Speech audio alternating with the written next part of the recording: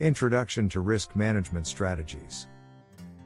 Risk management is a cornerstone of successful investing, enabling investors to protect and grow their portfolios while navigating market uncertainties.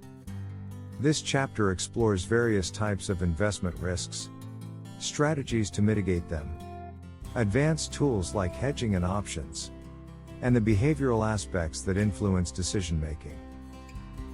By understanding these concepts, investors can align their strategies with broader financial goals and make informed decisions.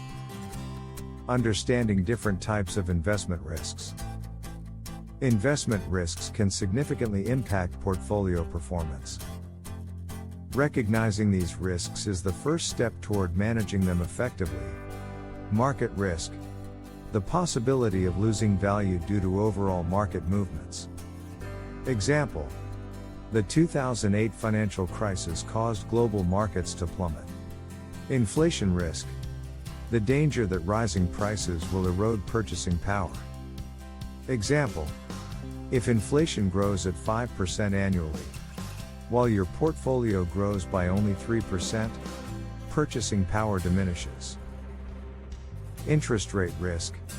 The potential for asset values, particularly bonds, to decline due to interest rate changes.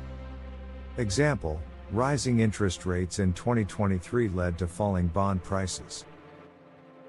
Credit risk. The risk of a borrower defaulting on debt obligations. Example: high-yield corporate bonds carry higher credit risks than government bonds. Liquidity risk. The difficulty of selling an asset quickly at its fair market value. Example: real estate often faces liquidity challenges during downturns. Political risk. The impact of political instability or policy changes on investments. Example: the Russia-Ukraine conflict disrupted global energy markets. Diversification strategies. Diversification is a fundamental risk management strategy that reduces exposure to poor performance in any single investment by spreading investments across asset classes, sectors, and geographic regions. Actionable strategies. 1. Asset class diversification. Allocate investments across stocks, bonds, real estate, and commodities to balance risk and return. 2. Sector diversification. Use sector rotation strategies by shifting investments between sectors based on economic cycles. 3. Geographic diversification.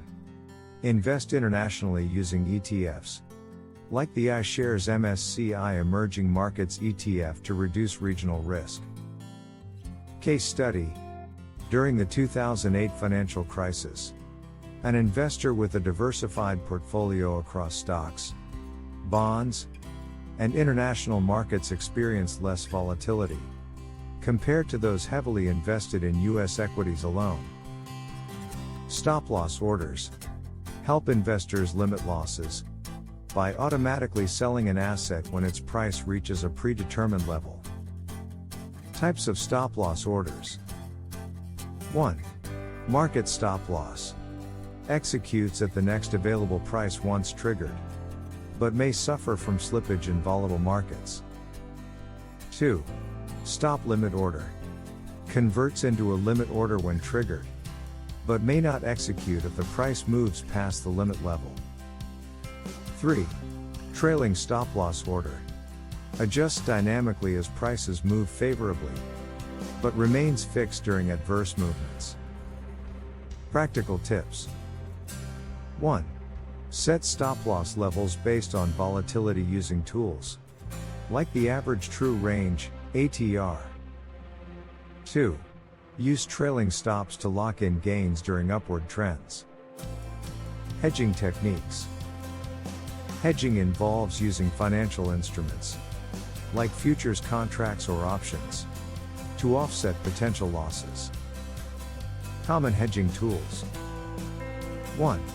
Futures contracts. Commodity futures, for example, oil or gold. Hedge against price volatility. Financial futures, for example, stock indices or currencies.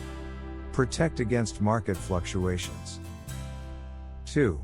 Options strategies. Covered call. Selling call options on owned shares for premium income. Protective put. Buying put options as insurance against downside risk. Straddle. Buying both call and put options on the same stock. To profit from large price movements in either direction. Case study. A coffee company used futures contracts to hedge against rising coffee bean prices.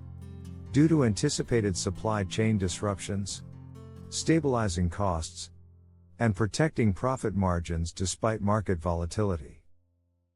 Risk-adjusted return metrics.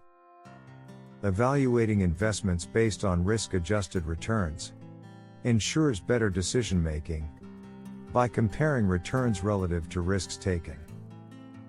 Key metrics include 1. Sharpe ratio. Measures excess return per unit of total risk. Sharpe ratio equals portfolio return minus risk-free rate. Standard deviation. Sharpe ratio equals standard deviation portfolio return minus risk-free rate. 1. Sortino ratio focuses only on downside risk, negative volatility. Sortino ratio equals portfolio return minus risk-free rate. Downside deviation. Sortino ratio equals downside deviation portfolio return minus risk-free rate. 1. Trainer ratio measures excess return per unit of systematic risk, beta. Trainer ratio equals portfolio return minus risk-free rate. Beta. Trainer ratio equals beta portfolio return minus risk-free rate. 1. Information ratio evaluates consistency relative to a benchmark. Information ratio equals portfolio return minus benchmark return. Tracking error. Information ratio equals tracking error portfolio return minus benchmark return. Example: if portfolio A has a Sharpe ratio of 0.67 and portfolio B has a Sharpe ratio of 0.80, portfolio B offers better risk-adjusted returns. Behavioral aspects and common pitfalls. Behavioral biases can undermine effective risk management. 1. Recency bias. Overemphasizing recent events when making decisions. 2. Loss aversion. Preferring to avoid losses over acquiring equivalent gains. Mitigation tips. 1. Recognize biases and their impact on decision-making. 2. Maintain a long-term perspective with predefined investment rules. Linking risk management with broader financial goals.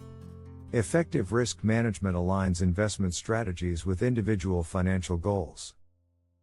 1. Risk-tolerant investors.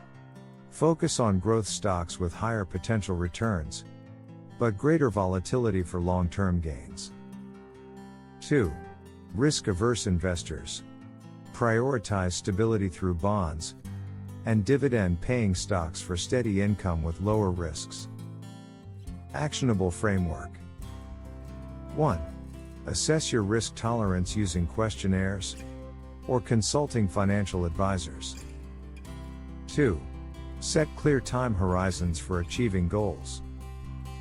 3.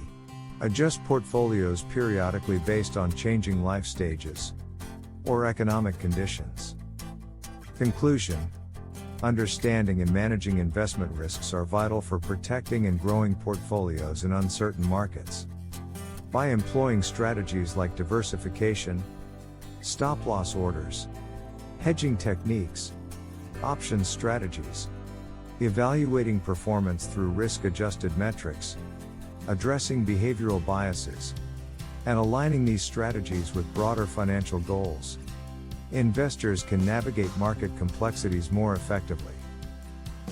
These tools enable better alignment with individual risk tolerance and objectives, fostering informed decision-making and long-term success.